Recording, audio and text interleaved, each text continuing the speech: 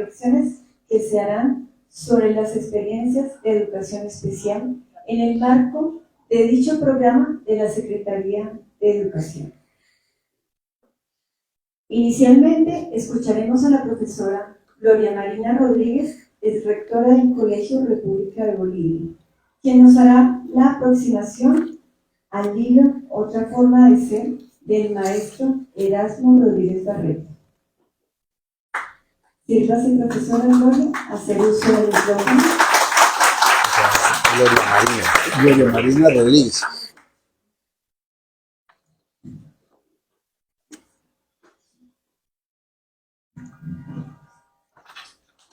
Buenas noches.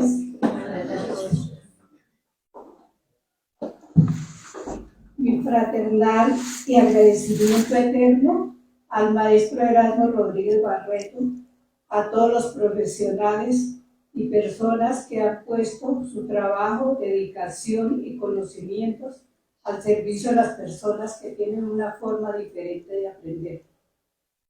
Gracias a todos por hacerlos felices y reconocer sus derechos.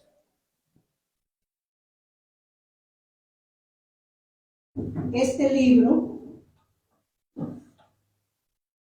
Otra forma de ser, contiene un conjunto de saberes que Erasmo Rodríguez Barreto presenta a manera de sus memorias pedagógicas correspondientes a 32 años de trabajo como maestro vinculado a la Secretaría de Educación de Bogotá, Distrito Capital, en el programa de atención a población en condición de discapacidad cognitiva. Durante su labor en el aula, experimentó metodologías, recursos, puso a prueba objetivos y principios y combinó su hacer diario con el estudio juicioso de las corrientes desarrolladas en el mundo para atender esta población. Es un interesante ejercicio intelectual de sistematización de su experiencia en el campo de la educación especial. A través de 18 capítulos, narra de manera apasionante, con lenguaje sencillo, sus convicciones, aprendizaje, dudas, aventuras, alegrías y tristezas y éxitos compartidos con estudiantes y colegas. Tiene un alto contenido pedagógico, sociocultural y humano. Inicia el libro reflexionando sobre la diversidad de la vida, el sentido del humano, la realización del ser, y aborda luego la situación específica de los principios y metodologías para la educación de las personas en condición de discapacidad cognitiva. Analiza asimismo el papel de los padres de familia, la formación para el trabajo, el sentido de la labor del maestro, el amor de pareja entre especiales y cuenta hitos de vivencia extraacadémica con sus estudiantes. También agradece a su escuela de campo y a sus maestros que contribuyeron a su formación. Resalta la importancia de la práctica pedagógica incluyente, democrática, diversa y amorosa para construir el acercamiento necesario entre los estudiantes, padres de familia y maestros con miras al logro de la educación inclusiva que lleva al disfrute del encuentro humano y fundamentado en la solidaridad. El maestro Erasmo Rodríguez Barreto se convierte en pionero en el análisis de las prácticas para educar a población en condición de discapacidad cognitiva. Este libro será una referencia obligada y fundamental como manual para autoridades educativas, profesores, padres y comunidad en general en la formulación, diseño y ejecución de las políticas educativas para población en referencia. Gracias, querido maestro Erasmo Rodríguez Barreto, por atreverse a escribir y a compartir sus experiencias. Muchas gracias.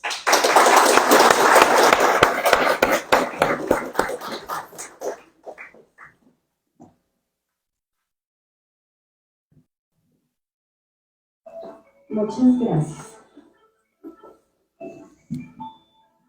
Erasmo Rodríguez Barreto, autor del libro Otra forma de ser, es oriundo de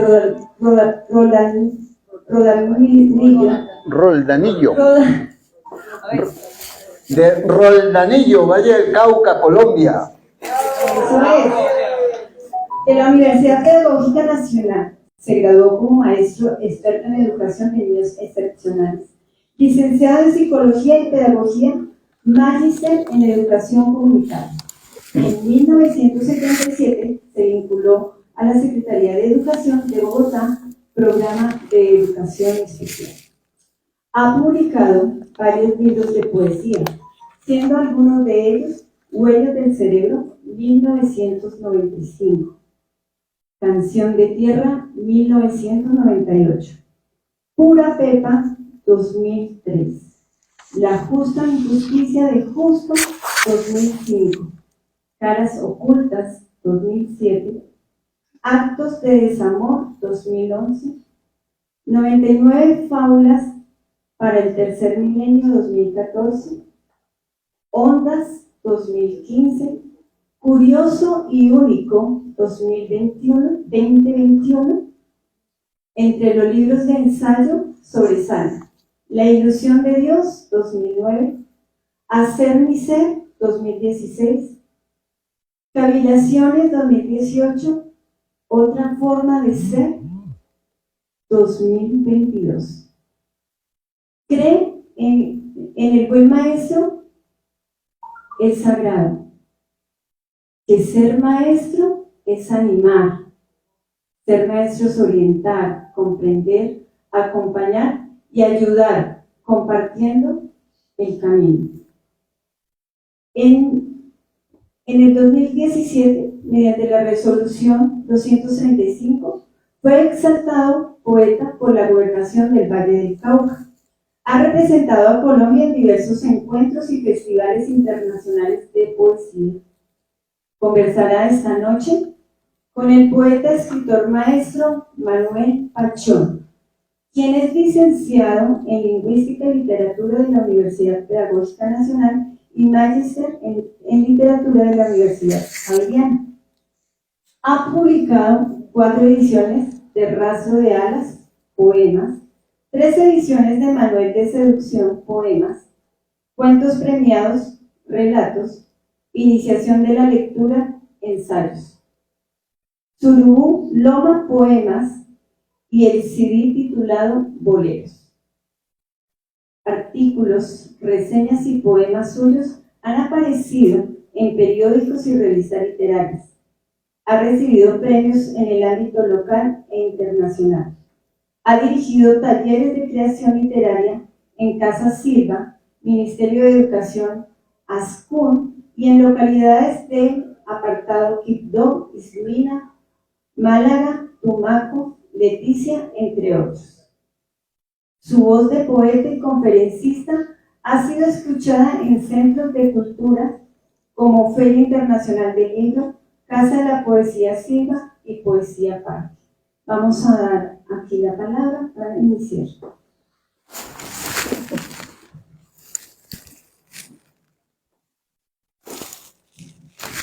Solemne animal,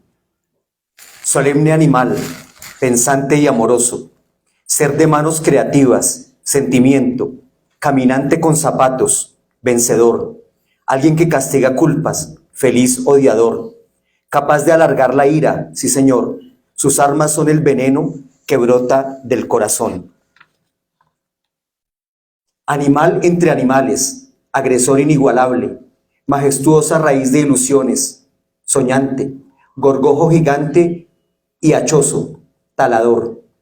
Sabio nacido en los caminos del tiempo, siempre ignorante, balanza donde solo se pesa la justicia, carcelero, animal entre animales, también es perdón, estirpe tejida con palabras de engaño, negociante, cuerpecito largo hasta gracioso, enamorado, capaz de enmudecer las aguas, las ha ennegrecido, bebedor sin fondo, cruel sediento, poesía y cuento, autor de todos los dioses, Dios violento, apasionado escudo de la guerra, oh guerrero, amante de lo fácil, conquistador de lo imposible, único capaz de hacer basuras e innecesariedades el primero, semillero de lenguas deslenguadas, escritor, triste rayador de papeles, incumplido, animal entre animales, delicadeza con plumas, algodones, lana, hasta pereza, eterno enamorado del espejo, vanidoso,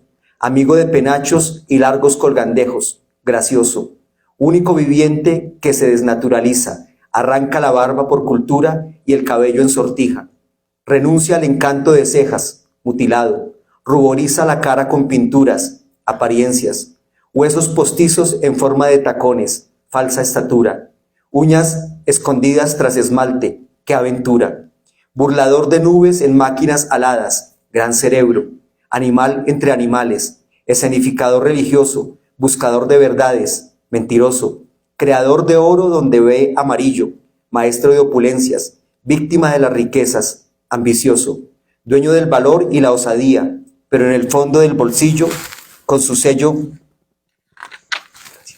de misterioso, constructor de destrucciones, por rabia, duda, felicidad o por deseo, destructor, mata de orgullo, árbol de celos, hierba emperifollada de emoción, inofensivo andante con imprevisible cabeza, agresión inesperada, beso traicionero por sorpresa, cara, muy cara, tras la máscara, que a veces no le ataja la vergüenza, se lanza hacia adelante y se la arranca como alguien descarado y que piensa, a nombre de la justicia y de la tierra, por todo lo vivo de los muertos, invocando la risa de los santos y con los puños en alto como fiera, saca un larguero de emociones envueltas todas en 10.000 razones. Animal enormemente complicado que más tarde todo lo olvida. Se deleita con música, anudando en la cama con ardientes palabras, suspira y con toda la emoción del mundo su pasión derrama. Erasmo Rodríguez Barreto. Un poema que aparece muy oportunamente en Otra forma de ser. Les doy un cálido saludo y la bienvenida y el agradecimiento por acompañarnos en este acto cultural y pedagógico. Otra forma de ser, Memorias Pedagógicas de Erasmo Rodríguez Barreto. No quiero reiterar cosas que ya han dicho del autor, quedó claro que es de Roldanillo, pero haría falta aclarar en ese Roldanillo su origen campesino, su origen rural, a mucho orgullo y a mucho honor, pero afincado y arraigado ya en Bogotá por muchos años, ya de pronto es más bogotano que roldanillense. También dijeron poeta, escritor, ensayista, con más de 20 libros publicados, el primero en 1977 y el más reciente en 2022. Maestro, y ahí voy entrando ya en algún tema que retomaremos más tarde, la concepción, maestro que concibe la docencia como algo sagrado, el maestro como un santo, al menos mientras está haciendo el oficio de apóstol, ¿no? No nos comprometemos a que sea santo todo el tiempo, pero que al hacer una labor sagrada es un santo mientras la está haciendo, ¿no? Un apóstol. Y algo que quiero destacar especialmente que cobija todo esto es que Erasmo es un pensador, alguien que ama el pensar, se deleita en pensar y nos contagia el pensamiento. Tal vez como se diría en los tiempos antiguos, un filósofo, un amigo de la sabiduría y la busca constantemente. Yo siento que su poesía, sus libros, su apostolado como maestro ha sido como en la búsqueda de una verdad y que ahora nos trata de compartir a través de este libro y de otros libros y de sus conversaciones. El libro, Otra forma de ser, es un libro que lo primero que quiero destacar es que es un libro libre. No es un libro, a veces los maestros escribimos un libro por tarea para graduarnos en la maestría o porque nos lo encarga una editorial con algún propósito comercial, pero como todos o la mayoría de los libros de Erasmo, este es un libro que sale de su voluntad, de su libre albedrío, y lo hace como él quiere y nos lo entrega como un regalo, como un fruto de su finca, como un aguacate de su heredad. Son 149 páginas, un prólogo, una introducción, 17 capítulos y unos ejes que no están tan especificados allí, pero que yo los rastreé y quiero compartirles un poco cómo fue mi lectura, sin dañarles la suya, sino más bien pensando en que se provoquen, se antojen y quieran también leerlo y disfrutarlo como lo disfruté yo. Un eje no quiere decir porque lo nombre de primero que sea el más importante, es la aparición de la poesía. Hay algunos poemas en el libro y esos poemas, en un libro que sería de pedagogía, de memoria, lo que hacen es darle fuerza, darle espíritu y grandeza estética a ese libro. No riñen con el contenido, al contrario lo ilustran, lo engrandecen y están muy bien puestos en el lugar que van los poemas que Erasmo nos ha insertado allí, uno de ellos que lo acabo de compartir como introducción a esta presentación. Otro eje importante, la vida y el ser. La vida humana, la vida en general en el planeta y el ser como vida y el ser como alguien que se mueve en ese planeta. Más tardecito hablamos del ser y del ser. Y enseguida, para seguir rimando, un eje que es el que da título al libro, otra forma de ser, o yo diría otras formas de ser. Y allí, de manera un tanto académica, si se quiere enciclopédica, Erasmo nos habla de los síndromes, de las causas, de las nominaciones de esos síndromes, desde el famoso término oligofrenia hasta las necesidades educativas especiales, como históricamente los nombres de esa otra forma de ser han significado una perspectiva en ese conocimiento. Por otra parte, otro eje, la educación y su ser protagónico, digamos, en la planeación, en el manejo de la educación, el maestro. La educación como humanización, el maestro como humanizador.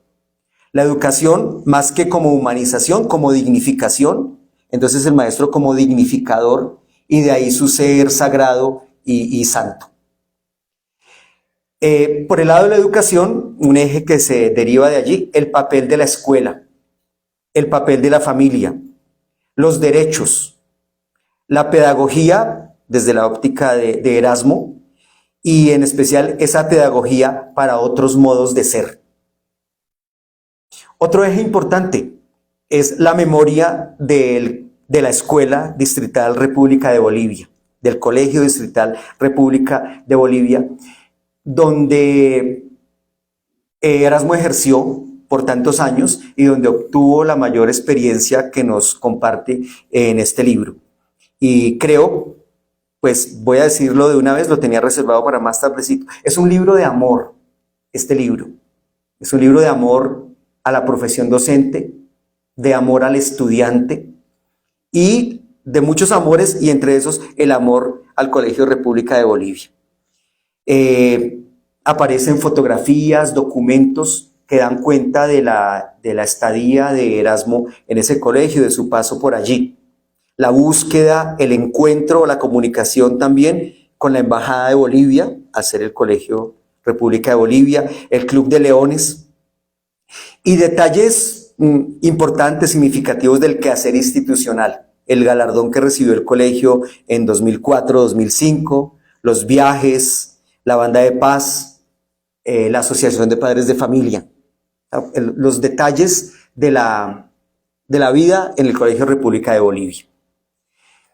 Y finalmente otro eje que atraviesa el libro y que es fundamental, unas sombras tutelares que dan luz, como dieron luz a la práctica pedagógica de Erasmo, dan luz en el libro los señores debería quitarme el sombrero, pero tengo ocupadas las manos. Edgar Morán y Humberto Maturana aparecen por allí como unas sombras tutelares, pero son sombras que dan luz. Bien, esa es la presentación del libro. Espero haberlos provocado y antojado suficientemente para que todas y todos lo quieran leer. Pero como se trata de una conversación, pues vamos a empezar a conversar y voy a facilitar esa conversación con algunas preguntas más bien sencillas, nada complicado para no aburrirlos en esta noche. La primera pregunta, para ir poniendo en evidencia a Erasmo, es que nos cuente, ya que este es un libro de memorias pedagógicas, de dónde o cómo surgió su vocación de ser maestro. Muy buenas noches. Es una alegría que ustedes estén acá, que yo esté con ustedes. Es un gusto que estemos aquí. Lucita, ¿puedes sentarte? Gracias. Un poquito. Siéntate. Bueno, vamos a conversar. Para eso los invitamos, para que nos escuchen conversar un ratico sobre este libro y para que ustedes también en un momento hablen.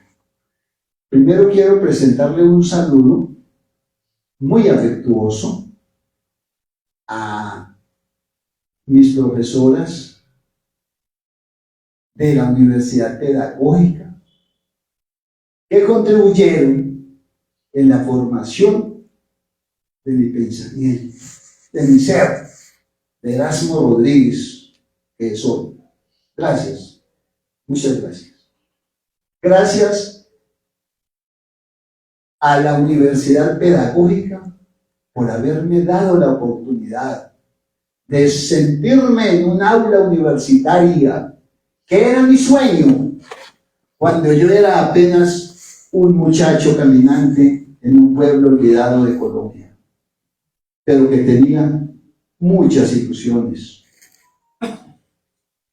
Quiero también darle un saludo afectuoso, un abrazo espiritual también a mis compañeras, compañeros del Colegio República de Bolivia, quienes me soportaron, quienes tanto me enseñaron, quienes tanto me aportaron, con quienes compartí muchas cosas, muchas cosas.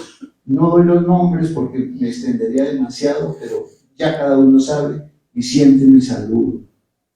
Quiero darle también un saludo a los profesores activos actualmente del Colegio Bolivia, de la jornada de la tarde, que tan amablemente nos están acompañando. Un saludo a mi familia, un saludo a Amanda, a mis hijos,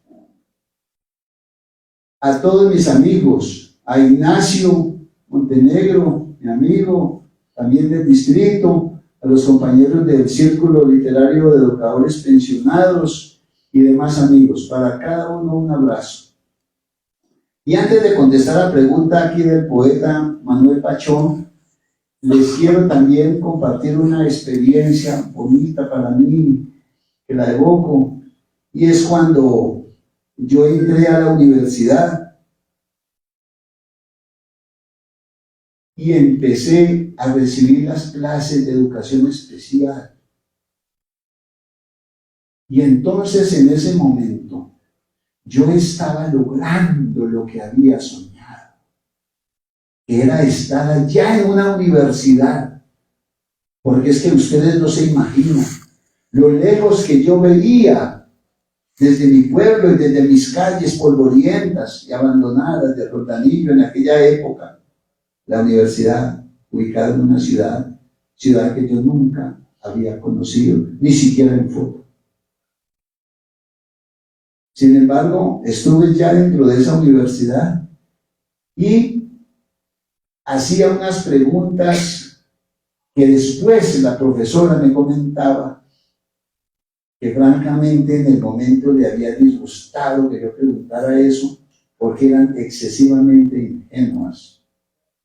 Y entonces yo las hacía con toda la verdad y con toda la sinceridad y con todo el interés de aprender y de aclarar cosas que yo no entendía, de esa cultura en la que estaba Bogotá. Entonces, me alegra mucho haber podido transitar todo ese camino y estar hoy cumpliendo algo. ¿Qué estoy cumpliendo? Un propósito que me hice personalmente, autopropósito íntimo. Cuando el 16 de junio de 1977 me posesioné como maestro del distrito, gracias al título que había obtenido como maestro experto en educación de niños excepcionales otorgado por la Universidad Pedagógica, y donde yo, a través de la educación que había recibido hasta ese momento, lograba ubicarme en un contexto distinto del que yo venía. Y entonces yo quería no solamente entrar a ganarme unos pesitos que tanto lo necesitaba, mucho lo necesitaba para vivir, para resolver mi vida y la de mi familia. Y entonces, ¿qué propósito me hice? Yo voy a ejercer este trabajo, pero no solo para ganarme el sueldo, sino además para tratar de ser ese hombre que yo he querido ser desde niño, desde la escuela, desde joven, desde ahora, de este momento, y es un hombre que aporte algo, que haga algo. Por lo tanto, hoy estoy cumpliendo eso y quiero, de una manera muy humilde, rendir un informe social a través de este humilde documento, donde ustedes son la sociedad, ustedes son los representantes de la sociedad colombiana, que me dio la oportunidad de estudiar, de ir a la universidad, de formarme en un colegio, y de permitirme andar por el camino buscando el ser que yo quería ser, y que he logrado ser y que estoy siendo y seguiré haciendo. Este es un informe que yo represento a la sociedad, tratando de cumplir aquello del 16 de junio de 1977 y hacer algo más que simplemente cumplir un formalismo de trabajo. Bueno, y entonces le paso la pregunta del poeta, ¿qué hizo que yo me orientara por la cuestión educativa? A ver, yo soñaba en Roldanillo ser un hombre muy destacado en el mundo, un hombre que propusiera algo que ayudara a cambiar en algo el mundo, y no lo he logrado. Entonces, a través de ese estudio, fui formando mi mente, y desde siempre me gustó la poesía, y la he escrito siempre. Y ya estando en la Universidad Pedagógica, fui comprendiendo lo que es ser maestro, la importancia que tiene la educación, cómo influye en la formación de las personas, y definitivamente establecí que por ahí era el tema. A mí me interesaba desde siempre la cuestión de comprender qué es un ser humano.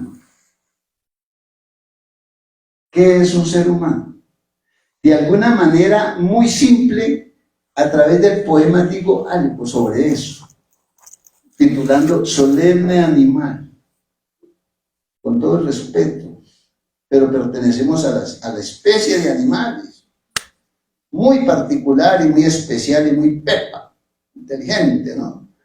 Pero seguimos siendo esa parte de la naturaleza, de la tierra, de la vida, ¿cierto? Entonces, la educación me hizo comprender de cómo toda esa búsqueda por saber qué es lo que es el hombre me podía llevar hacia algo. Porque de verdad que vivimos como en automático. No nos damos cuenta bien qué es lo que somos. ¿Por qué es que somos como somos? A mí me interesaba mucho saber eso. ¿Por qué tú eres como eres? ¿Por qué es que eres así? Y a veces me desconcertaba y me desconcierta y desconcierto, ¿Por qué es que somos así? Entonces, esta población especial, yo la observaba diferente, con otra forma de ser. Y vi que la institución, el aula es un laboratorio. Si el que está ahí en esos procesos pedagógicos sabe usarlo como laboratorio. Y entonces dije yo, el aula para mí debe ser un laboratorio. ¿Laboratorio en qué sentido? En el sentido de que yo ahí voy a aprender, voy a observar mucho, voy a investigar. Los estudiantes me van a aprender, me van a enseñar muchísimo. Y yo les compartiré también algo de mis cosas, para que ellos crezcan y yo también, y crezcamos en la relación mutua, porque de eso es que se trata la educación. Posteriormente, escribí un libro que se titula Hacer mi ser, o la importancia de educarse y aprender a estudiar. Es dando cuenta como de eso, ¿no? De la importancia de la educación. Entonces, me gustó toda esta cuestión de la educación, porque veo que es el espacio donde se forman los seres humanos para hacer lo que hacen.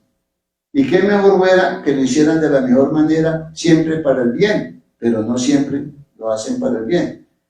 Pero ahí estamos, eso es lo que somos, los seres humanos. Gracias, Erasmo. Erasmo, yo creo que no cambiaste el mundo, sino cambiaste muchos mundos. El mundo de cada una de esas niñas y niños que estuvo en tu aula, el mundo de cada persona que lee tus libros, incluso el mundo de cada uno de los que estamos aquí está cambiando con tus palabras, con tus reflexiones, porque en esa comunicación como que entre todos nos vamos transformando un poco cuando hay inteligencia, cuando hay amor, en ese propósito comunicativo, en una expresión que te he escuchado muchas veces, que es encuentro humano, ¿no? El encuentro humano, como diálogo, como conversación inteligente y transformadora, ¿no?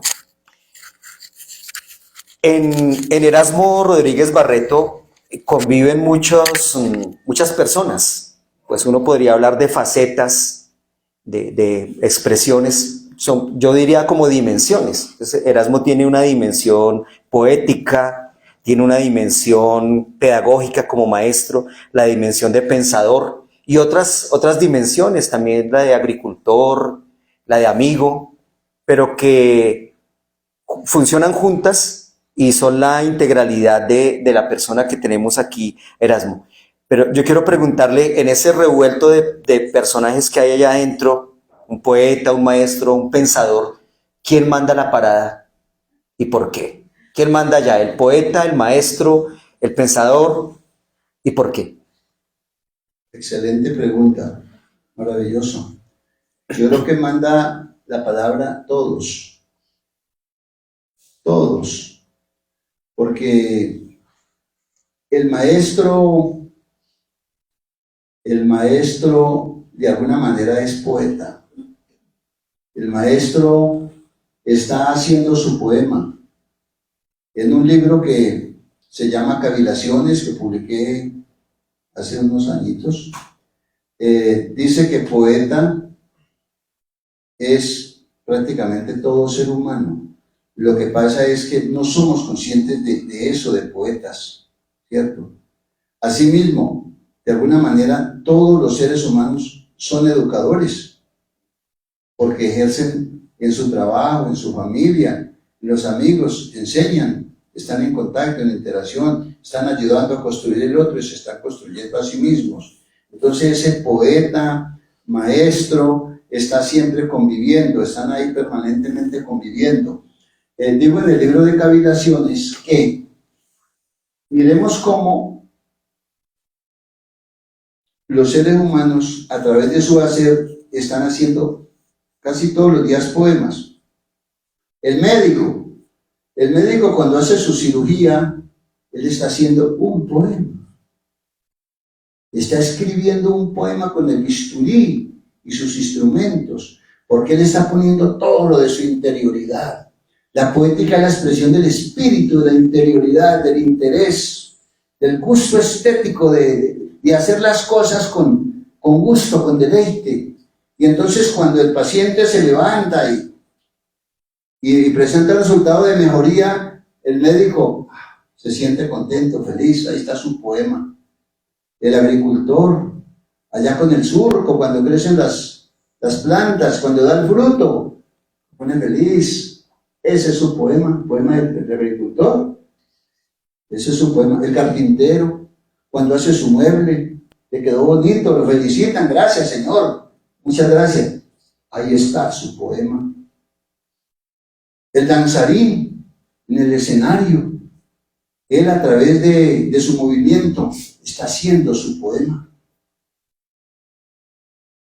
Y así, cada uno en su hacer, de alguna manera está haciendo poema. Lo que pasa es que hemos tenido un concepto de poema y de poesía muy restringido, muy reducido, que poema es solamente un escrito, y ojalá que sea con renglones mochos, ese sí que es poema.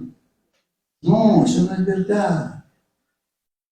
No, puede haber todo un párrafo, y es pura poesía, ¿cierto? Y asimismo, el hombre que interpreta un instrumento musical está haciendo su poema. ¿Por qué? Porque está dando su interioridad a través del instrumento y nos hace emocionar.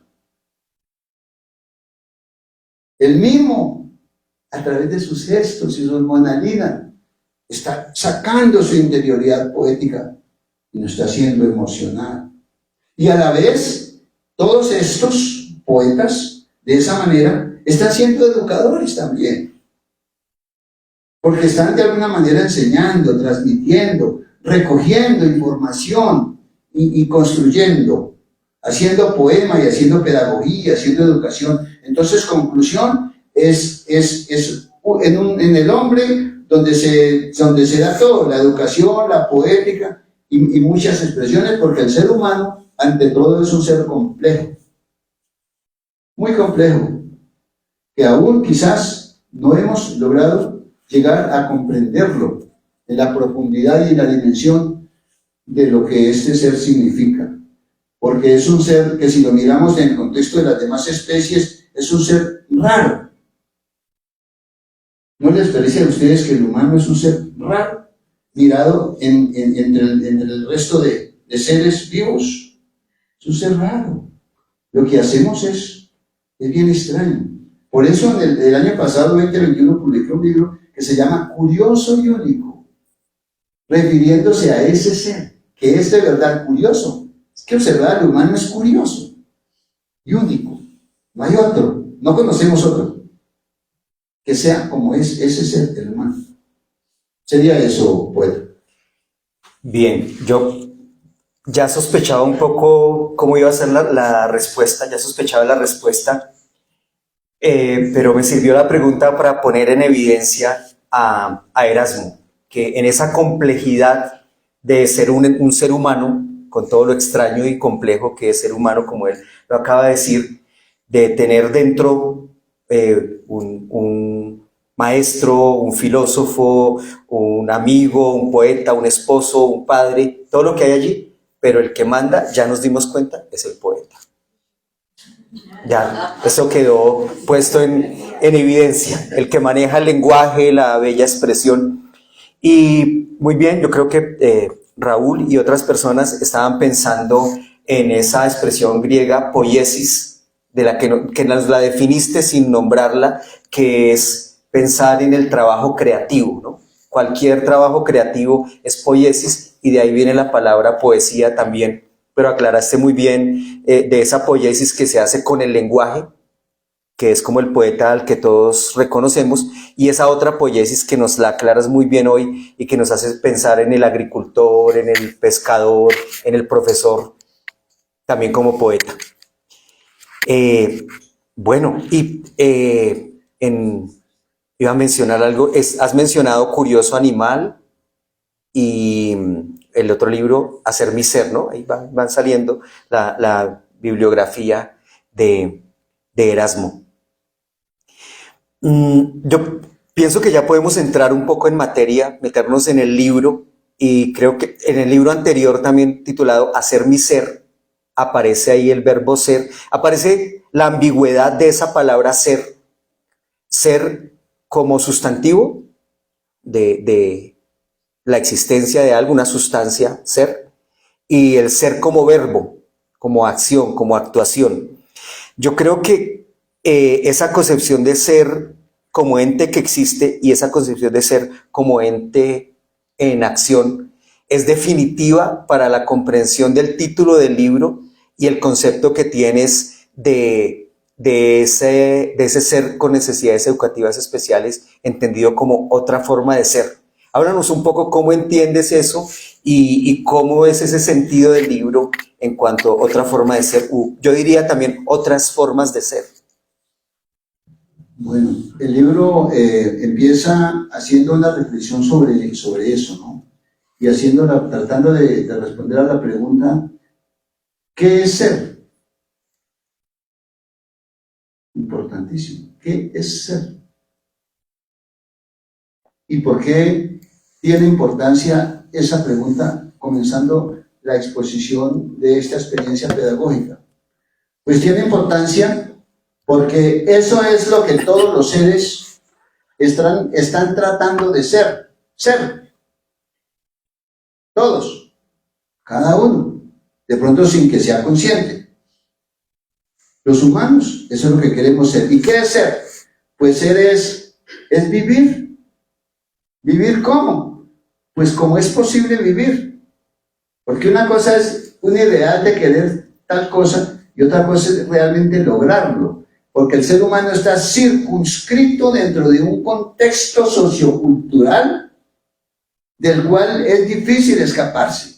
Porque si se sale de su contexto sociocultural y entra a otra latitud del planeta Tierra, está ahí dentro de otro contexto sociocultural. Pero no nos podemos salir de un contexto sociocultural. O estamos en uno o estamos en otro. Pero tenemos que estar ahí dentro de un contexto sociocultural, ideológico, político, económico, etc.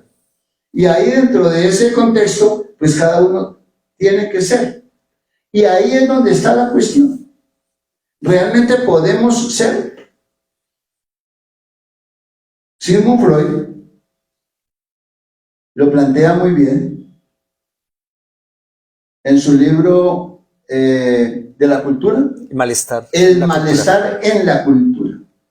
Exactamente, el malestar en la cultura.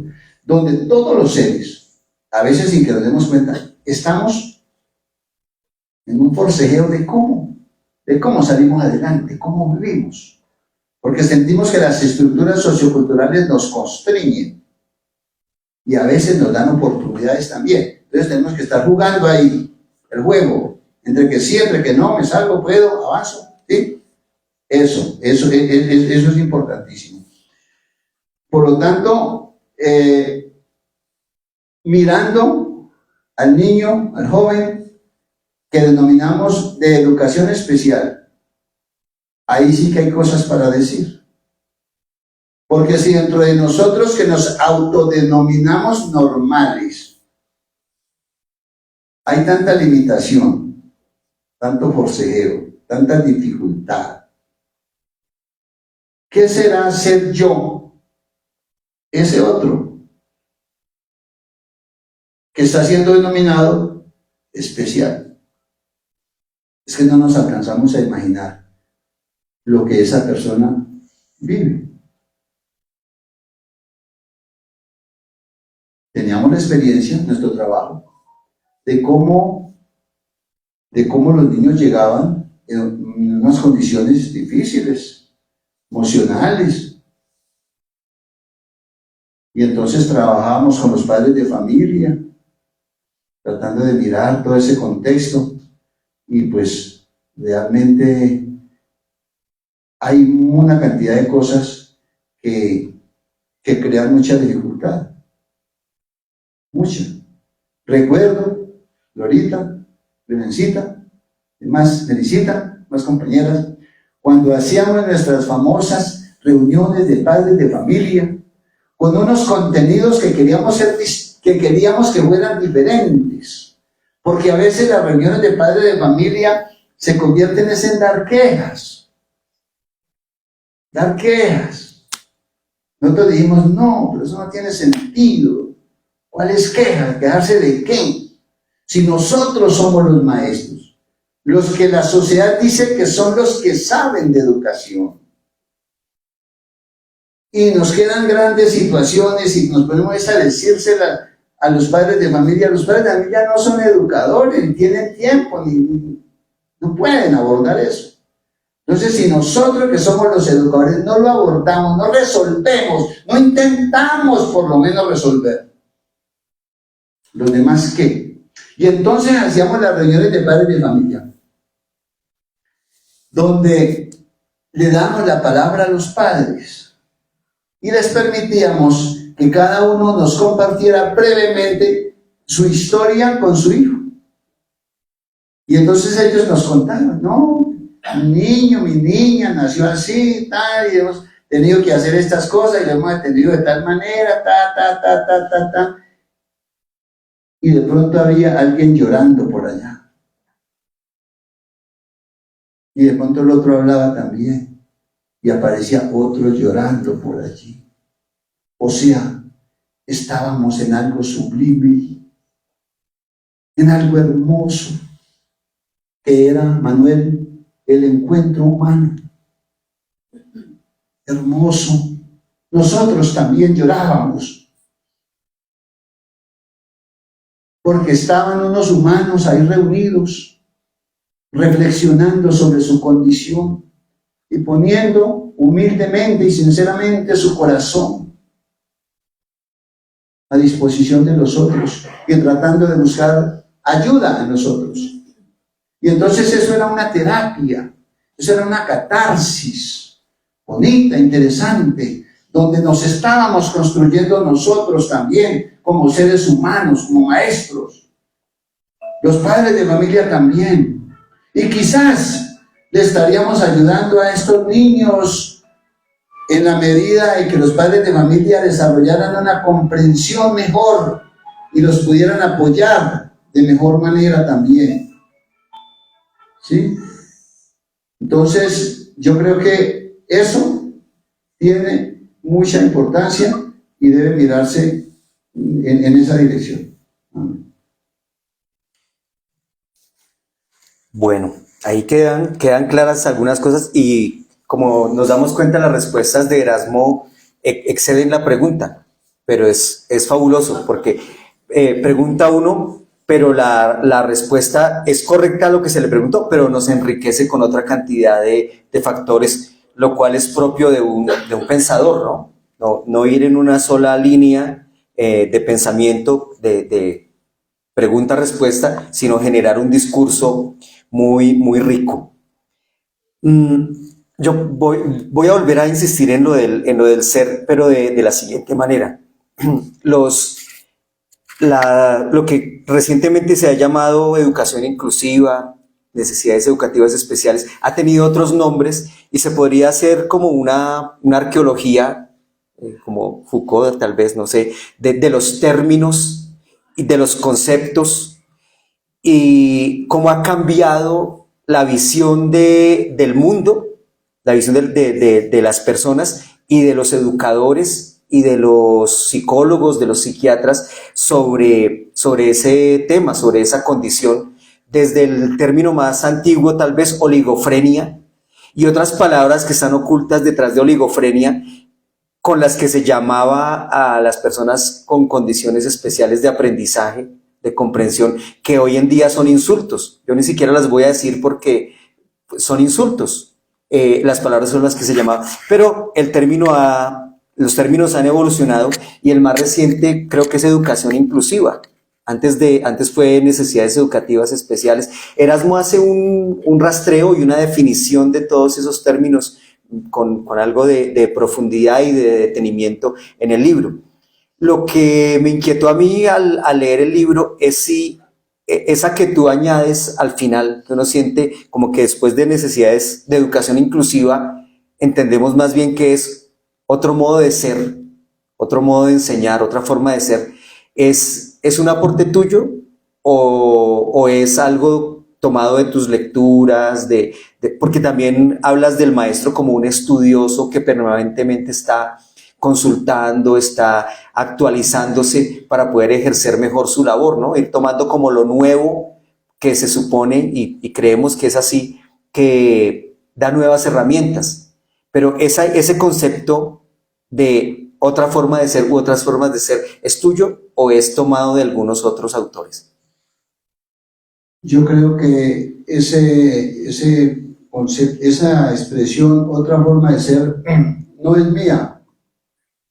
Es el resultado del trabajo colectivo.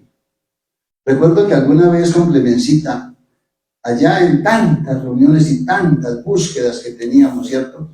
Alguna vez dijimos eso, Clemencita, tal vez tú recuerdas, ¿no? Dijimos, no, es que definitivamente es otra forma de ser. Así, espontáneamente se nos ocurrió. ¿Sí? Y eso me quedó grabado. Y me pareció que para estos menesteres, pues era muy útil esa expresión, valía la pena utilizarla. Entonces yo diría que fue un encuentro colectivo, un encuentro de trabajo colectivo, que simplemente he prestado mi mano para escribirlo allí, pero reconozco que esto es el resultado de nuestras vivencias, de nuestras experiencias, de nuestras búsquedas, de tanta observación de estos niños y jóvenes especiales. Bueno, sobre las diferentes terminologías para definir a la población que en general se llama especial, hay que decir lo siguiente. Me parece valioso resaltar que el humano, a través de su lenguaje, que es su máxima herramienta, el lenguaje. El lenguaje es lo que nos hace humanos, Manuel. Es lo que nos hace humanos, o sea, distintos de las otras especies. Es la única especie que puede generar esos sonidos, con esas intenciones, y dárselos al otro. Que yo lo que estoy haciendo aquí es lanzándote unos sonidos, y tú los entiendes, porque hay unos códigos, manejamos unos códigos, nos hemos puesto de acuerdo en que eso tiene unos significados. Y entonces en torno a eso nos reímos, nos disgustamos, nos vamos, nos abrazamos. El lenguaje es esa herramienta que nos permite acercarnos, construir el encuentro humano. Bueno, esa es una cosa. La otra, he observado, y lo presento aquí como un poquito de manera de discusión, ¿cierto? Que tal vez se ha querido, de buena fe, con buena intención, dentro de la búsqueda necesaria de los humanos, porque somos seres muy especiales que a toda hora andamos buscando. El humano es eso, búsqueda. Entonces, se ha tenido la ilusión de que con cambiarle de nombre a las cosas cambian. ¿Será eso cierto? Libro es esto. Chuchunchis es eso. Papilinis es eso. Book sigue siendo. Entonces, por llamarle oligofrénico, o llamarle deficiente mental, o llamarle con déficit cognitivo, con necesidades educativas especiales, etcétera, etcétera, estamos cambiando el mundo. Estamos cambiando esa realidad, la realidad de ese ser, de ese niño, de ese joven. Estamos transformando su cerebrito, estamos mejorando su motricidad, estamos mejorando su sensopercepción, le estamos dando mayor capacidad de raciocinio. Pues entiendo que es un esfuerzo humano interesante, tratando de buscar nuevas cosas para ayudar, para que esa educación sea más efectiva, para que lleve a mejor puerto. Claro. Pero realmente las cosas no se transforman por el solo cambio de nombre.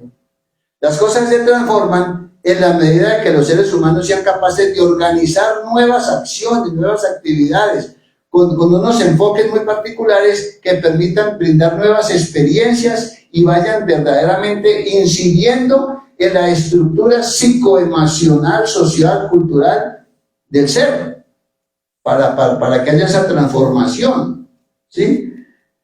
Resulta que ahora se habla de la educación inclusiva.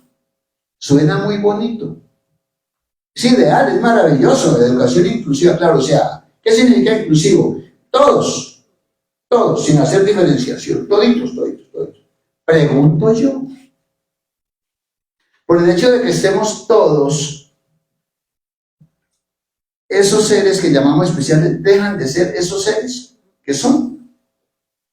No, siguen siendo. De pronto, hay algunas influencias, claro, y las hay, unas influencias al estar con nosotros que les ayudan a avanzar, transformar, sí, claro, pero eso no los hace iguales o no los homogeniza con los autodenominados normales.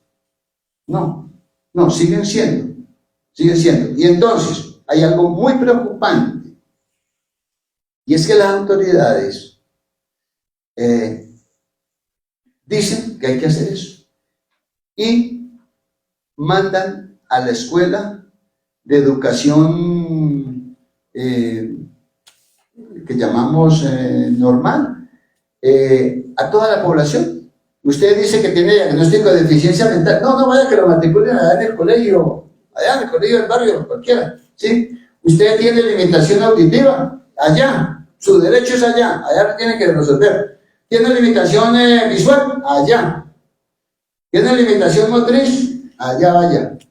Que tiene diagnóstico de autismo, allá, usted le corresponde allá, vaya, ¿sí? Pero miremos qué pasa allá al interior de ese colegio.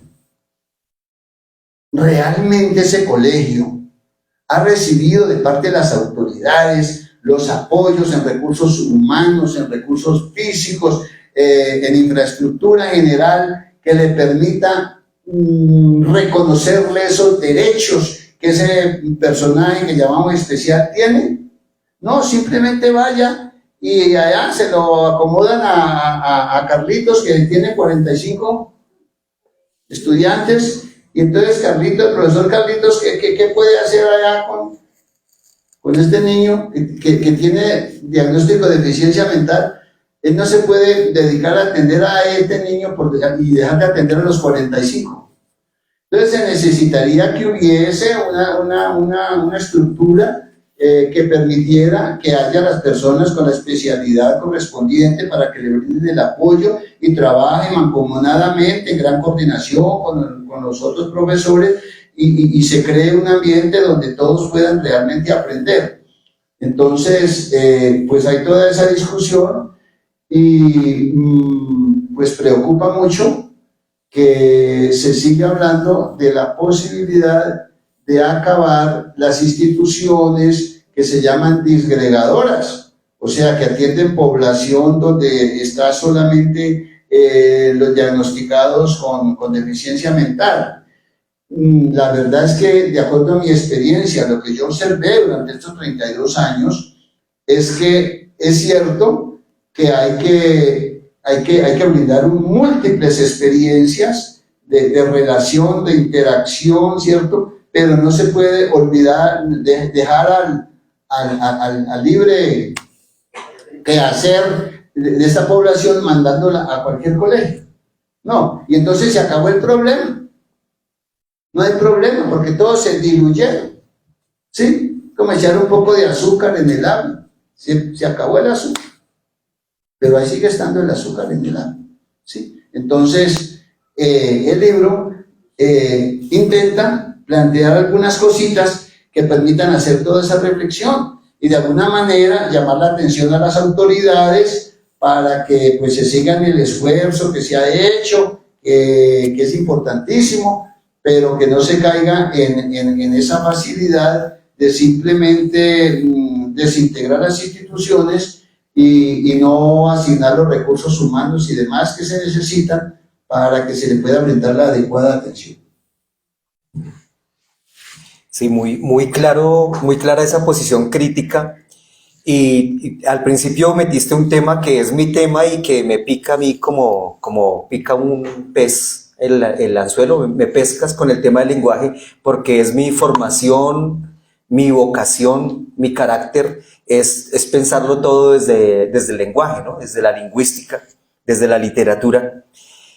Creo que la crítica que haces no es en sí a la manera en cómo se denominan las cosas, y que yo, contradiciendo un poco, yo creo que esos nuevos nombres que se dan, ya no hablar de oligofrenia, sino hablar de otros términos, en un proceso histórico que ha tenido esa disciplina, digámosle así, sí representa una mirada distinta y un intento por redefinir, sobre todo en términos de atención y de derechos. O sea, no es lo mismo la atención que se hacía a una persona con necesidades educativas especiales hace 500 años, hace 100 años, a como se hace hoy. Y creo que sí se ha evolucionado en el trato y sobre todo en el criterio de derechos sobre las personas. Sí hay una evolución, y que los términos nuevos tratan de dar cuenta de esa nueva mirada que hay. Pero entiendo que criticas cuando se cambia el término, pero se sigue pensando lo mismo que antiguamente. Digamos, criticas la incoherencia del lenguaje con la realidad, más no porque sintamos que el lenguaje es falso o es carente, sino es la persona la que sufre la incoherencia de pronto usar términos nuevos para conceptos viejos o para prácticas viejas. Entiendo esa crítica allí.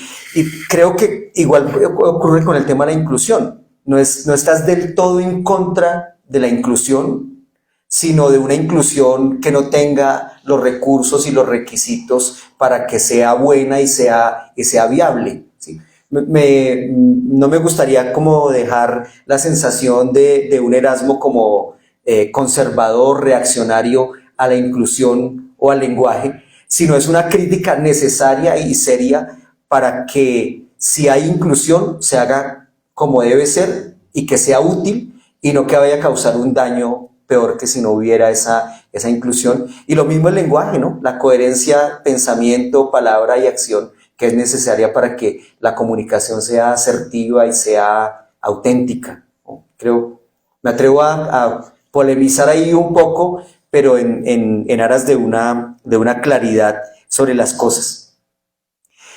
Pero decía yo, una línea de tiempo hacia el pasado, hacia ver cómo se llamaba, cómo se trataba a las personas con necesidades educativas especiales, a esas otras formas de ser.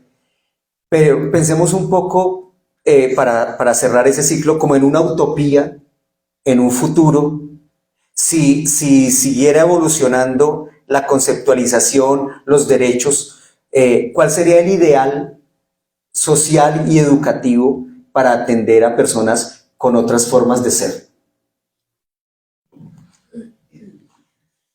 A ver, yo creo que esa es la pregunta del millón.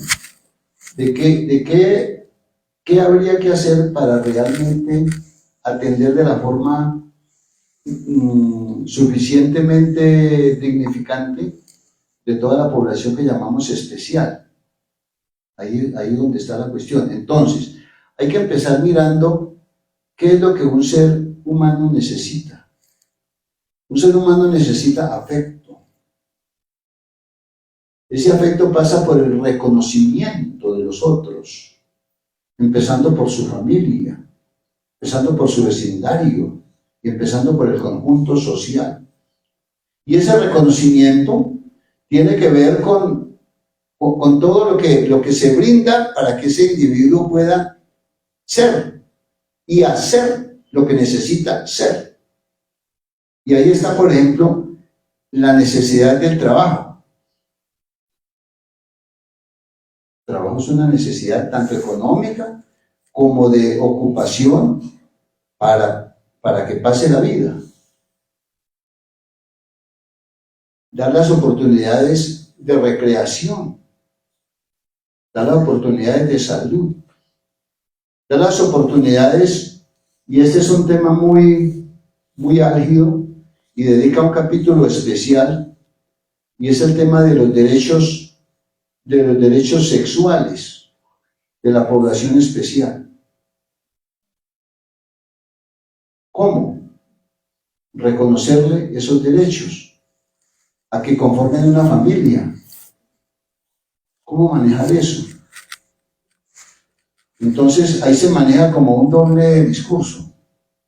Por un lado se dice, sí, claro, tienen derecho, los derechos, sí, pero en la práctica, ¿eso se está dando? La verdad es que no, muy poco, no se está dando. También se necesita que haya la oportunidad de que el individuo se exprese de acuerdo a cómo puede expresarse y se le permita que se exprese de esa manera. Pero lo que se ve, lo que se hace en muchas partes sociales es que hay discriminación, ¿sí? No expresa, pero sí tácita, ¿sí? Ha habido muchos avances, ha habido muchos cambios, ¿sí? Por ejemplo, para las personas que tienen cierta limitación física, las plantas se han acondicionado para que puedan funcionar en silla de ruedas. Bueno, en la calle ha habido señalizaciones que permiten que esta población pueda defenderse mejor, pero aún nos falta bastante. Entonces, en esta sociedad donde lo que interesa es la carrera, la plata, el negocio, la ganancia,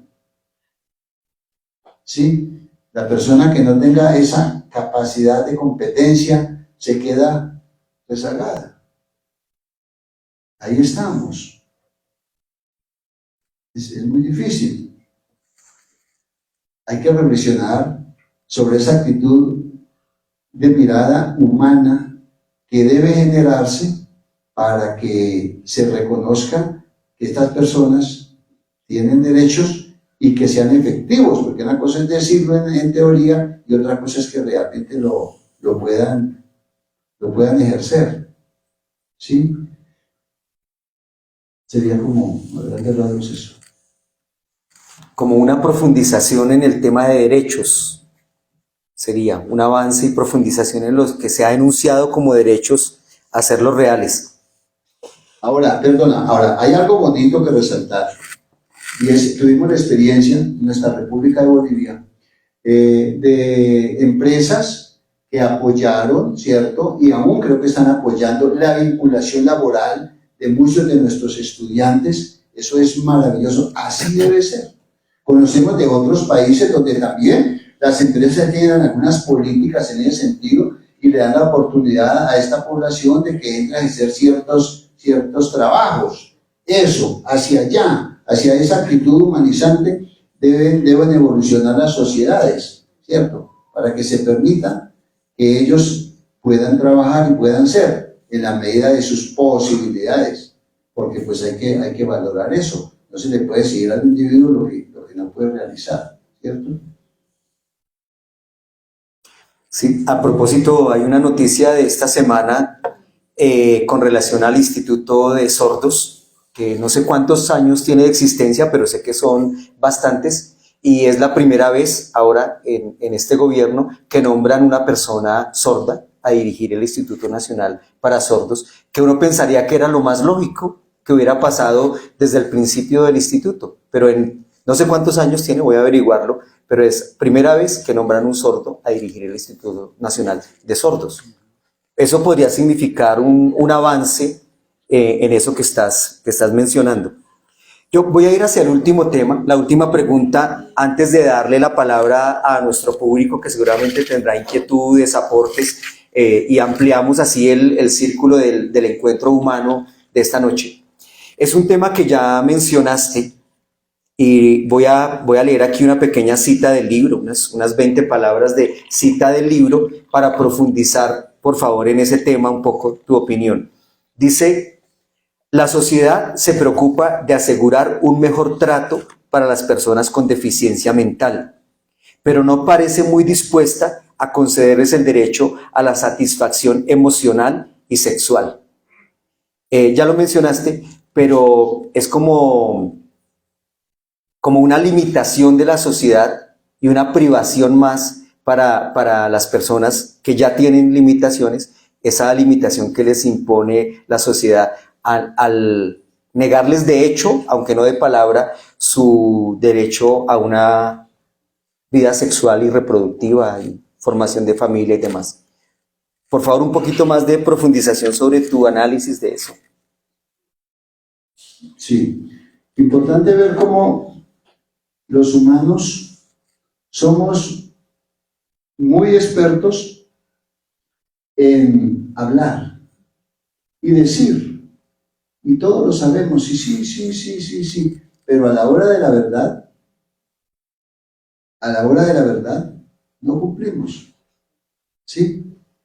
Somos seres de la justificación, todo lo justificamos, todo. Ah, no, yo no, la culpa es del otro.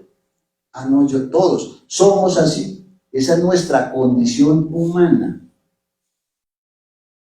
Entonces, hay que autorreflexionar, automirarnos. Yo he llamado mucho a hacer ese ejercicio, pero eso es muy difícil. Me he dado cuenta que hace más de 2000 años alguien habló del amor y alguien dijo que había que mirar la paja en el...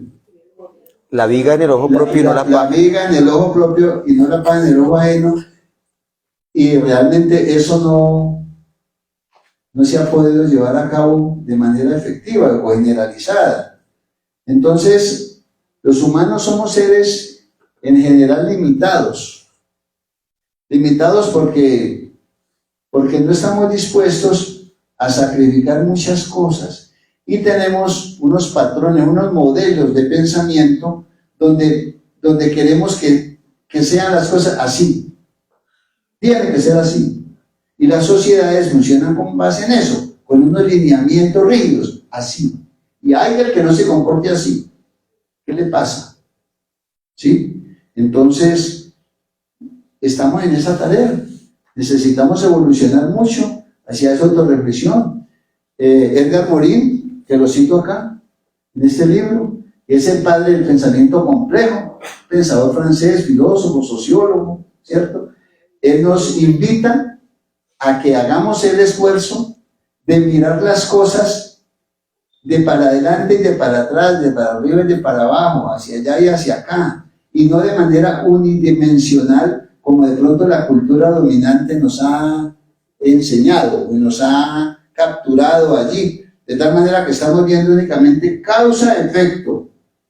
No, las cosas son más complejas, las cosas no son solamente causa-efecto.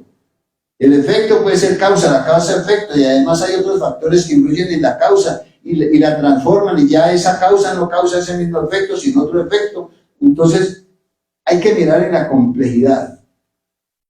Y así como estamos funcionando en la sociedad, estamos bajo tenemos compartimentos, estamos fragmentados, y entonces no podemos vernos en la integralidad que somos. Entonces el médico ve desde la enfermedad, y no más, al humano. El educador ve desde su posibilidad de educador, no más. El del billete de negocio ve al humano solo como billete, importante para el billete. De tal manera que no tenemos una mirada integral. Hay que mirar al humano desde sus múltiples necesidades y potencialidades. Eso es lo que está por verse. Ahí ya lo tiene planteado Edgar Morin. Ojalá que esta humanidad nos ocupemos de tratar de desarrollar esa propuesta que nos hace Edgar Morin, que es lo relacionado con el pensamiento complejo. Los invito para que consulten a Edgar Morin y nos enteremos qué es eso del pensamiento complejo. Él tiene un libro muy importante, es la obra principal de él, que se llama El Método, que contiene 6 tomos, donde plantea todo su pensamiento sobre lo que es la complejidad.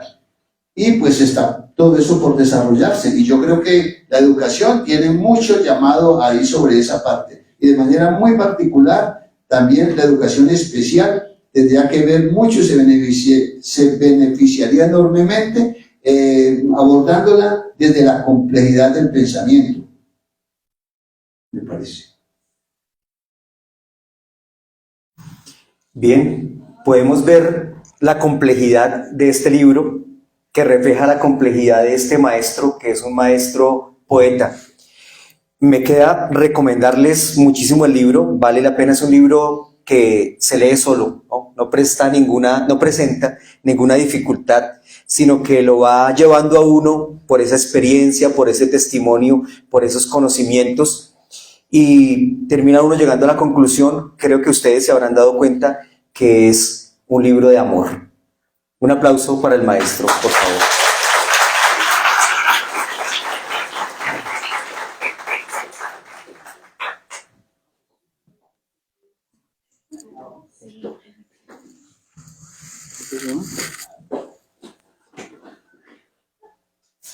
Una vez terminado el conversatorio, se dará la palabra al auditorio para realizar 5 preguntas.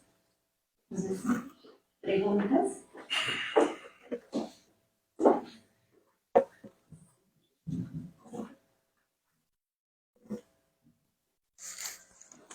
Buenas noches, pero 5 preguntas para la riqueza del texto, creo que son muy pocas. Bueno, profe, he tenido varias reflexiones. Cuando leí el texto, uno dice, qué maravilla.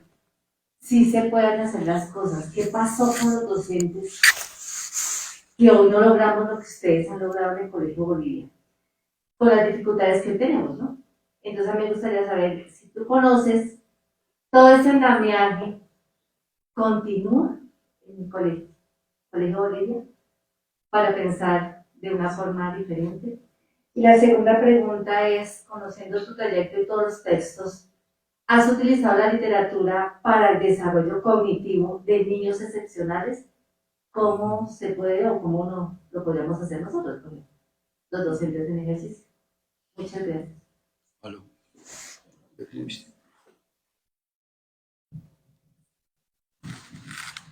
Bueno, sobre lo de me preguntas tú si continúa la forma de trabajo del colegio. A ver, pues he tenido el encanto de este año, en los últimos recientes días, ir al colegio, República de Bolivia, y saludar a los profesores, a los nuevos profesores, porque es una planta nueva, solamente hay 2 o 3 compañeros de nuestra época. Y pues he encontrado que en general pues se ha mantenido la línea que se venía desarrollando. Ha habido cambios, diría yo, lo veo desde una lógica de lo que es la acción humana normal, que haya cambios. Lo que habría que mirar es esos cambios, en qué sentido van o qué tanto están afectando o han afectado la filosofía de ese proyecto educativo, ¿cierto? Y pues por qué se está haciendo y qué va a pasar pues más hacia adelante. Pero pues me he quedado pues satisfecho en el sentido que en general se ha mantenido lo que habíamos realizado. Y hubo algo que me llamó mucho la atención, inclusive ha habido desarrollos. Cuando estuvimos en nuestro trabajo, tuvimos una idea loca y elemental, y es de hacer una banda, le llamamos la Banda de la Paz. Y entonces se hizo el esfuerzo en aquella época y se consiguieron unos instrumentos, pero entonces había la pregunta, bueno, pero nuestros muchachos, ¿será que sí pueden ejecutar esa banda con lo que eso significa? Y entonces el gran encanto, cuando fui hace poco, es que esa banda no solamente está como la teníamos en aquella época, sino está potenciada. Una banda potenciada, compraron más instrumentos y sí que suena. La hicieron sonar y me emocionó y vi cómo los muchachos son una maravilla. ¿Cómo pueden hacer todo esto, cierto? Tienen un profesor, ¿cierto?, que designó la Secretaría de Educación. Maravilloso eso, excelente, así debe ser, ¿sí? Que están ayudándoles, orientándoles, enseñándoles todo ese proceso. Magnífico, perfecto eso, perfecto. Entonces, en este momento, el colegio anda con un poco de preocupación porque de las autoridades superiores ha habido algún lineamiento en el sentido de que se va a acabar. Entonces, pues los profesores han estado moviéndose en ese sentido, haciendo reflexiones, han estado haciendo su trabajo para justificar muchas cosas ante las autoridades y para presentar su argumento, porque que valga la pena decirlo, a mí me parece que todo educador, todo maestro, debe escribir sus memorias, por humildes que sean, por pequeñas que sean, por insignificantes, por bobitas que sean, pero tienen valor, tienen conocimiento, que es su experiencia. Eso que ese maestro puede decir, ningún otro lo puede decir, porque fue él el que vivió esas cosas, es su mirada, es su perspectiva, su aporte. Entonces, si miramos eso versus el papel o el estatus social que tiene el maestro, pues como el maestro nunca dice nada, los que saben son los doctores en las altas esferas y no han estado media hora frente al curso. Y esos maestros que han gastado toda su vida frente a los estudiantes, ellos no tienen nada que decir. ¿Pero por qué? Porque no asumimos esto. Con humildad, aquí está mi informe. No sirve. Ahí está, eso es lo que yo puedo aportar. Y si todos hiciéramos eso, carambas, de pronto las cosas cambiarían. Los maestros estarían en otro concepto, porque juegan un papel intelectual. El maestro tiene que ser un intelectual, y como intelectual tiene que decir, argumentar, preguntar. Es eso. Y sobre la segunda pregunta, de cómo ha combinado la literatura con la evaluación pedagógica, pues les voy a dar un ejemplo. Resulta que en esa búsqueda, un día con mis estudiantes, creo que era con motivo de la celebración del Día de la Mujer, que es el 9 de marzo, el 8. Les dije, bueno muchachos, vamos a hacer un poema para dárselo a las profesoras. Entonces lo vamos a hacer entre todos. Y listo. Bueno, les hice una motivación, les hablé que eran poemas, les he leído otros poemas, y bueno, vamos a hacerlo, ¿listo? Ustedes me van a dictar el poema. Yo lo voy a escribir aquí en el tablero. ¿Listo? Arrancamos. A ver, pilas, a la mujer, un poema a la mujer. Cuando de pronto alguien dijo, profe, eres rosa como una mujer. De una lo estampé en el tablero. Eres rosa como una mujer.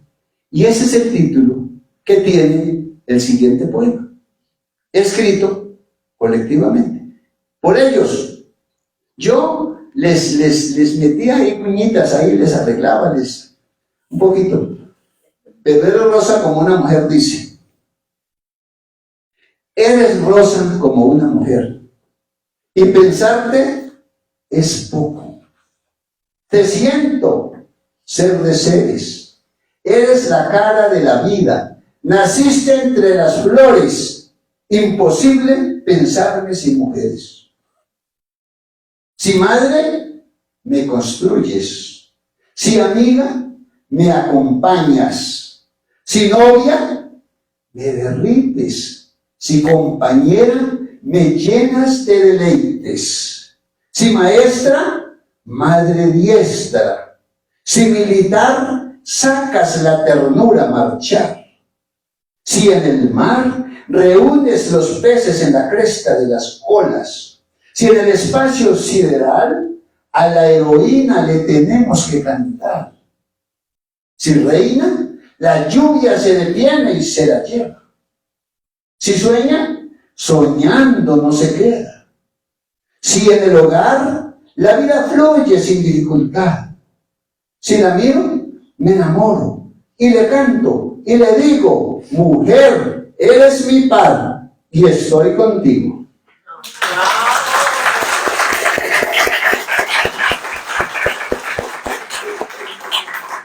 creo que con eso queda contestada tu pregunta en cuanto a la combinación de literatura y pedagogía, de un lado.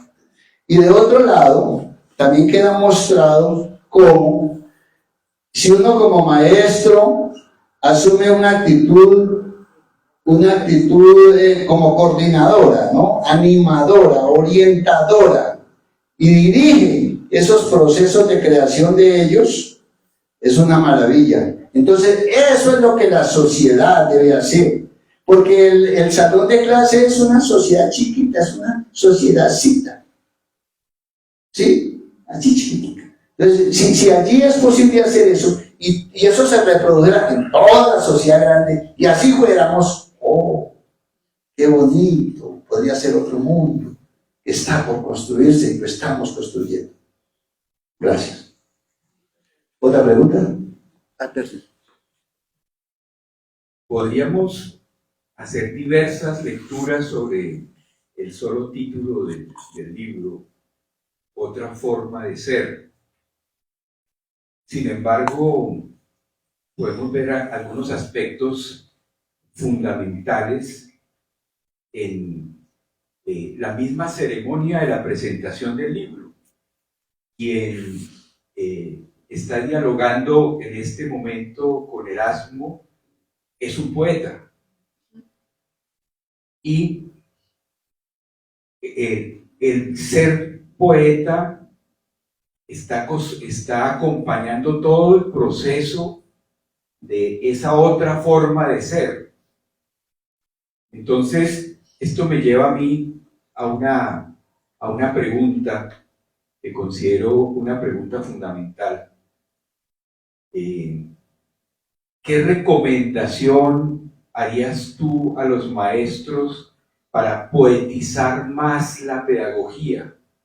Porque es que muchas veces la pedagogía se vuelve algo funcional, algo instrumental, y la misma Secretaría de Educación a veces atiborra a los maestros de burocracia y no los deja expresarse en toda su dimensión poética, que pues es algo extraordinario. Por ejemplo, aquí encontrar dos maestros que además son dos poetas.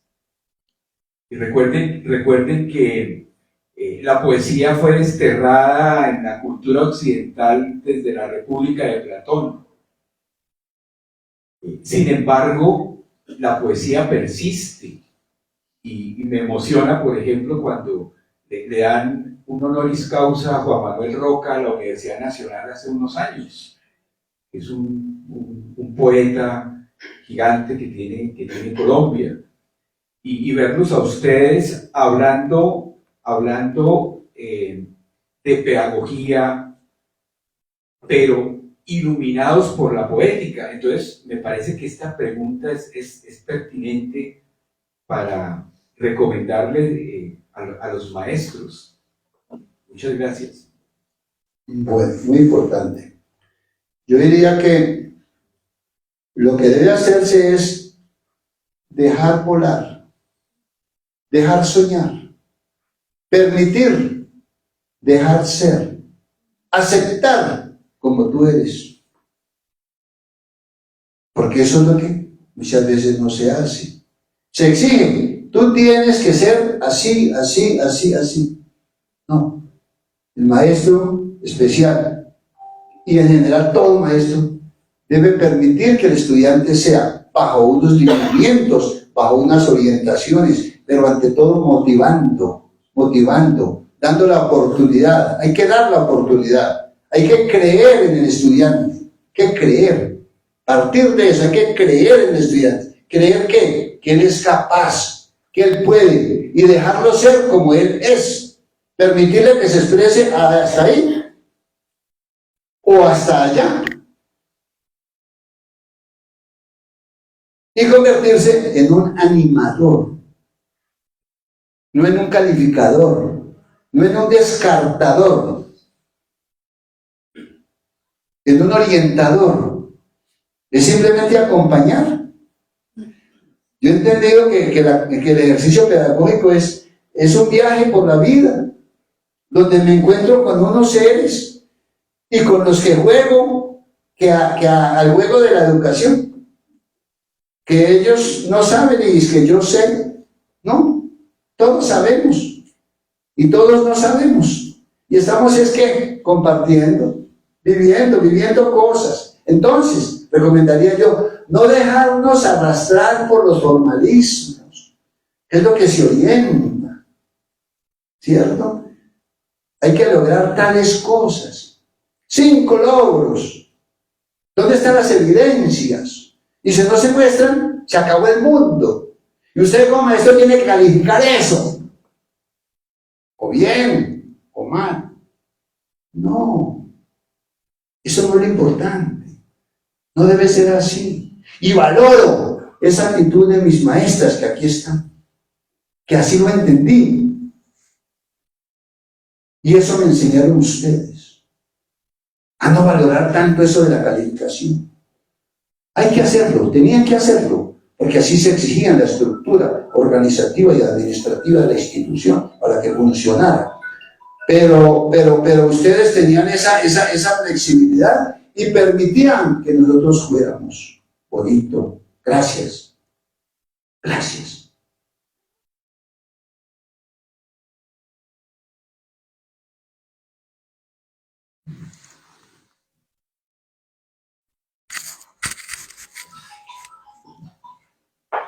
Buenas noches para todos.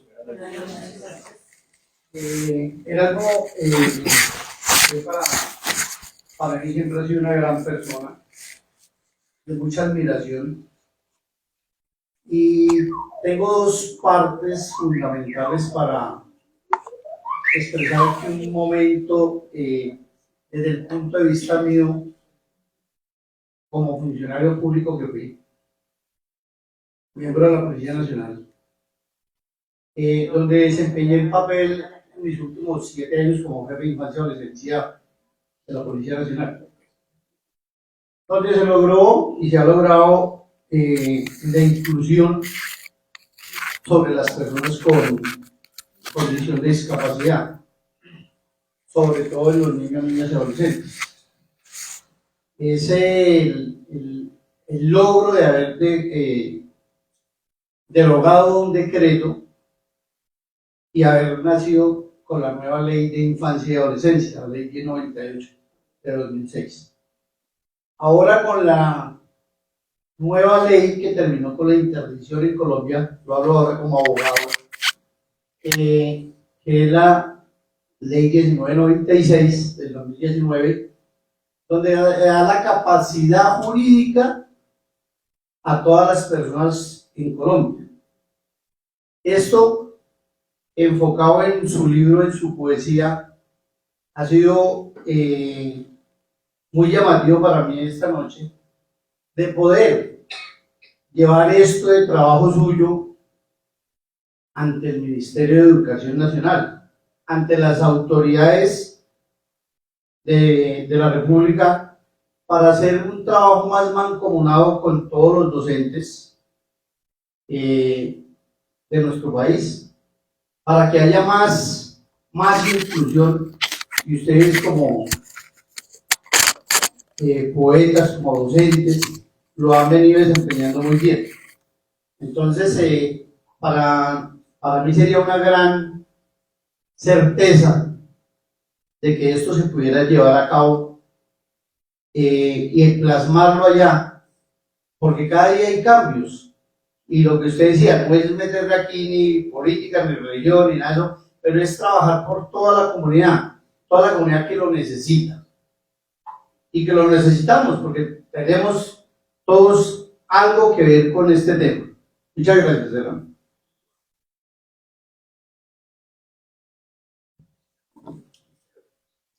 ¿Hacen alguna pregunta? Porque entonces como una exposición, pero ¿cuál es su pregunta? Llevar a cabo el tema suyo de la inclusión de la poesía de este libro para que sea más notado en el país. a través de su poesía. No tanto de leyes y reglamentos, decretos, no, pero a través de la poesía para que sea más inclusivo en los planteles educativos. De acuerdo a lo que usted planteaba, sí, yo lo viví, a los niños, niñas y adolescentes los desplazaban a otros colegios, porque los colegios, sobre todo los públicos, no permitían que ellos estuvieran con los niños, llamémoslos normales. Eso ya es una palabra muy aburrida. Entonces la inclusión es por parte de ustedes, que son usted está pionero en esto, para que sea una inclusión más acertada con el gobierno y la educación. Sí, ya eso no sería una cuestión de personas, sino ya es una cuestión de institucional, de un alto vuelo, donde se generen unas políticas curriculares y unos planteamientos estructurales que verdaderamente respondan a todo ello, pero pues una sola golondrina ni llueve ni hace verano. Uno como individuo pues simplemente hace lo que le corresponde y participa de procesos, ¿sí? Y entonces pues debe estar uno abierto a colaborar con todas las posibilidades que se vayan dando, claro que sí. ¿Alguna otra pregunta? Buenas noches. Buenas noches. Bueno, es claro que en sus 32 años de experiencia como docente de esta población han debido ser muchas las experiencias que tuvo y que lo tocaron, pero me gustaría que nos compartiera cuál fue esa experiencia que más le llegó, que le tocó el corazón, que quizá lo hizo llorar con estos niños que fueron sus alumnos. Quisiera que nos compartiera eso. A ver, una experiencia que recuerdo muy bonita es la de un estudiante que es poeta. Él decía que era poeta, Edwin Suárez. Y entonces imagínense que yo llegaba por la mañana. Buenos días, ¿cómo está? Sí, profesor, le hice un poema. ¿Se lo leo? Claro, léanlo. Y casi todos los días me llevaba un poema. Y entonces yo veía ese poema no a la luz del rigor de la poesía, sino a la luz del rigor de lo que él podía realizar. Y yo se lo valoraba y lo felicitaba y le decía, poeta, siga escribiendo. O sea, lo animaba. Es la función, es lo que debe hacer el maestro. Y otra vez llegó, mire profesor, lo que le hice. ¿Qué era? Dibujó mi carro. Y ahí está usted. Me dibujó con el carro. Yo también soy pintor. A mí me gusta pintar. Ah, sí, siga pintando. Maravilloso.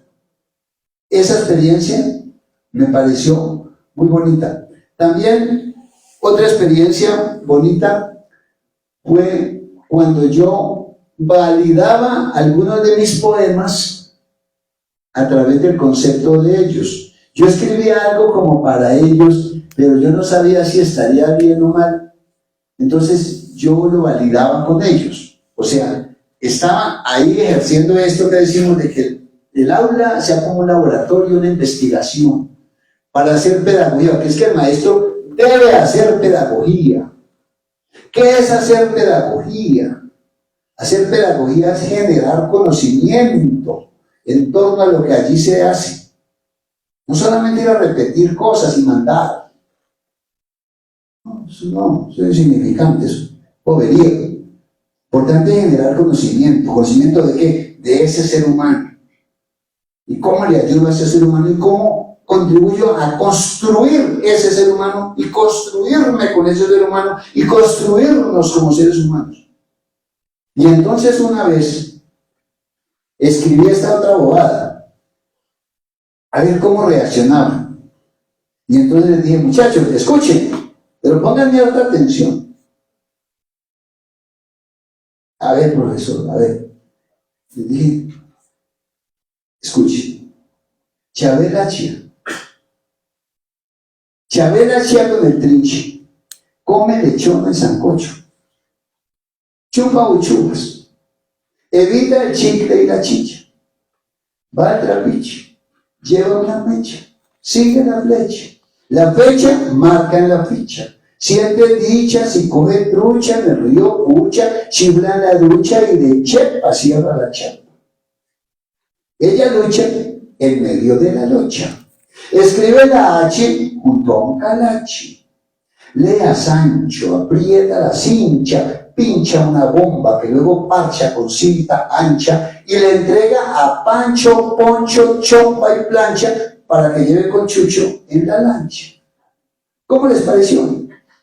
Bien, profe, bien, profe. Y empezamos a hacer un análisis de eso. Entonces utilicé ese texto como una herramienta de trabajo, ¿sí? ¿Y quién es Chabela Chía? ¿Chabela Chía? ¿No la conocen? No, profesor. ¿No recuerdan de Chabela Chía? Y montando todo un cuento. ¿Sí? Entonces, es eso. Es elemental. Es ser uno recursivo. Es inventarse unas cosas.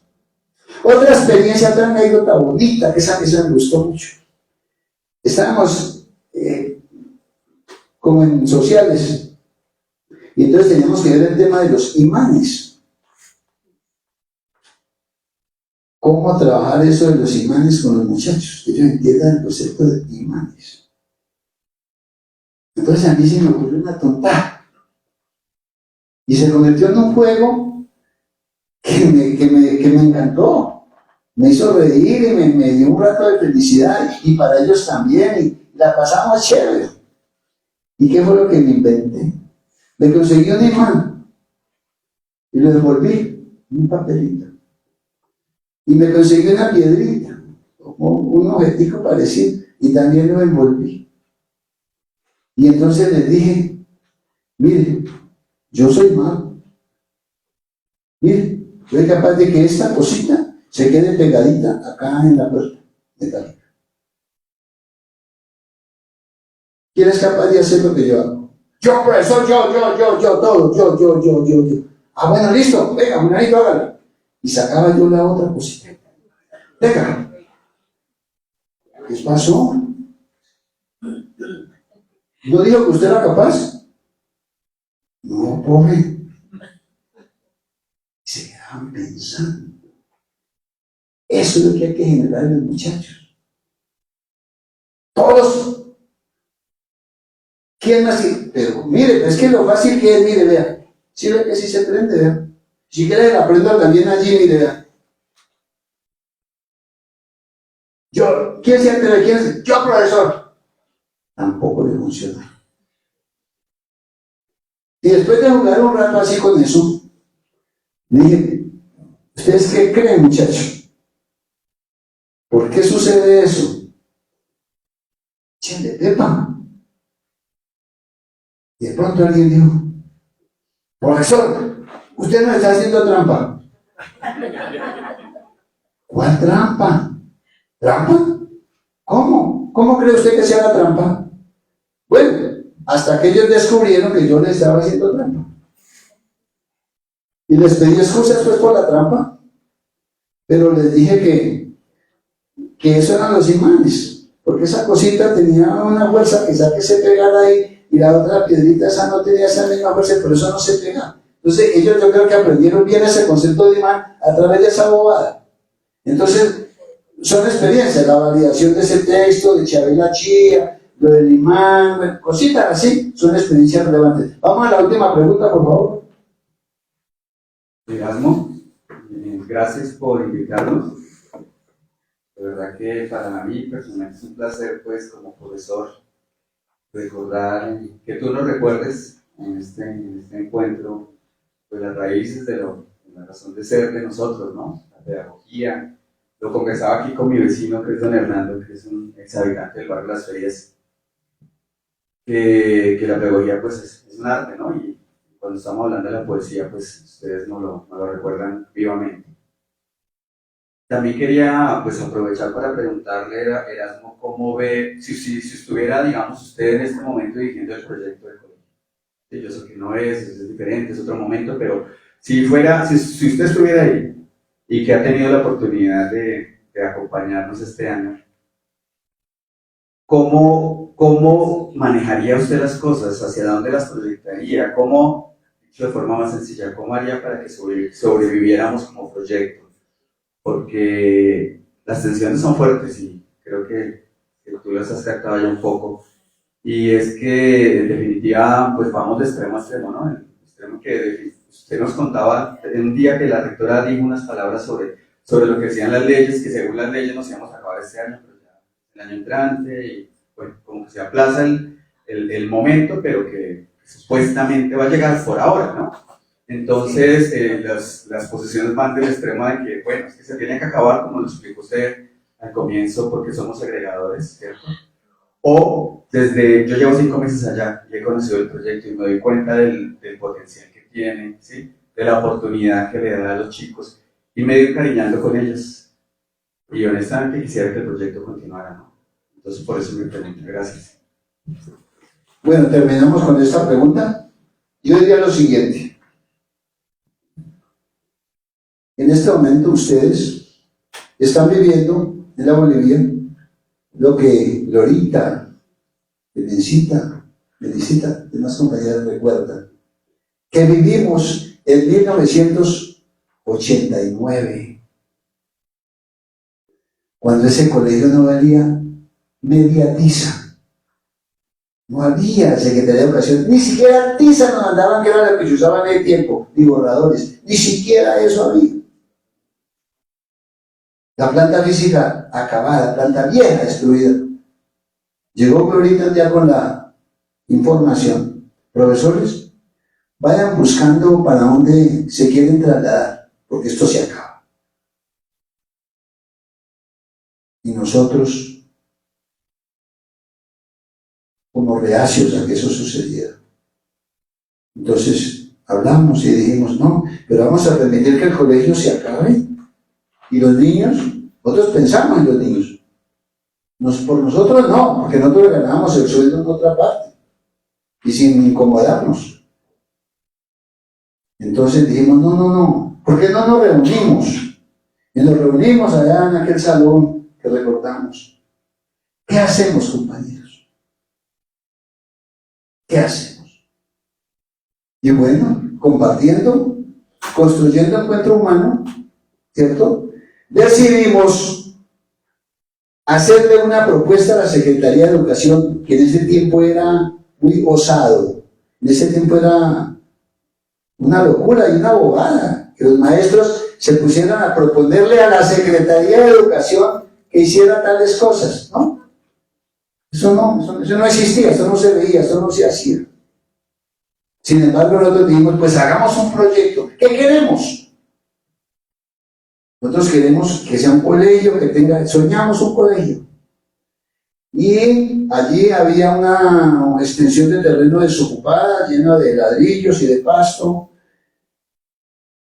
Y le hicimos a la Secretaría de Educación una propuesta, que era crear un colegio piloto en educación especial para Bogotá.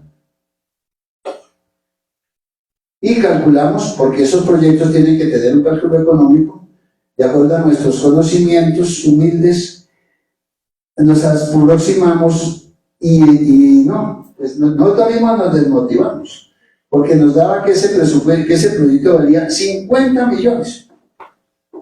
Y en ese tiempo eso era mucha plata. Sin embargo, locos, dijimos, pues hagámoslo, presentémoslo, y no lo aceptamos, pues no importa. Lo presentamos y hoy está ahí el colegio, como proyecto piloto de la Secretaría de Educación. Y entonces me llama mucho la atención que hoy, 2003, 4 de octubre, 2002, 2022, 4 de octubre, estén los profesores actuales en la misma circunstancia, que se va a acabar el colegio. Para responder a tu pregunta, yo te diría, no se fraccionen, únanse, sigan teniendo amor por la educación, sigan creyendo en la capacidad de cada uno, sigan creyendo en la capacidad colectiva Y si no han construido la suficiente coherencia y la suficiente fuerza para expresarse como un colectivo, traten de construirla y pronúnciense ante las autoridades con un proyecto. Justifiquen lo que están haciendo. Hagan valorar eso. Resáltenlo, subrayenlo con rojo. Y díganle a las autoridades, miren, estamos haciendo esto y esto y esto, por esto y por esto, con estos resultados. Y además, les proponemos que hagamos esto y esto y esto y esto y esto para lograr esto otro y esto otro y esto otro. O sea, tienen ustedes que convertirse en unos intelectuales propositivos y no en unos ciudadanos empleados inactivos, obedientes y acríticos. No, el maestro no puede ser eso. El maestro es un personaje. Tiene que ser un personaje. ¿Pero cómo? Con el estudio. Hay que estudiar mucho, compañeros. Hay que estudiar mucho. Fuimos a la universidad, aprendimos mucho, nos aportó enormemente, pero no podemos quedarnos ahí. El estudio es de toda la vida.